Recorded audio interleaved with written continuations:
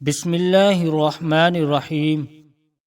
حضرت ابن عباس رضی اللہ عنہ بیان کرتے ہیں، نبی صلی اللہ علیہ وسلم دو قبروں کے پاس سے گزرے تو فرمایا، ان دونوں کو عذاب دیا جا رہا ہے اور انہیں کسی بڑے گناہ کی وجہ سے عذاب نہیں دیا جا رہا۔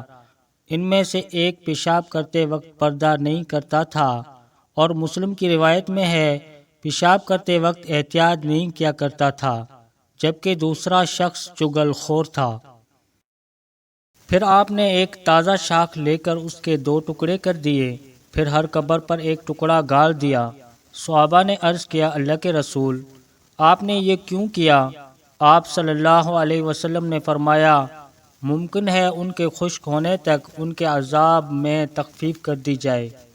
مشکاۃ المصابیح، حدیث نمبر 338۔ حضرت ابو ہریرہ رضی اللہ عنہ بیان کرتے ہیں، رسول اللہ صلی اللہ علیہ وسلم نے فرمایا، لعنت کا باعث بننے والی دو چیزوں سے بچو۔ صحابہ نے عرض کیا، اللہ کے رسول، لعنت کا سبب بننے والی دو چیزیں کیا ہیں؟ آپ صلی اللہ علیہ وسلم نے فرمایا، جو لوگوں کی راہ گزر یا ان کے سائے کی جگہ میں بول و براز کرتا ہے۔ مشکاۃ المصابیح، حدیث نمبر 339۔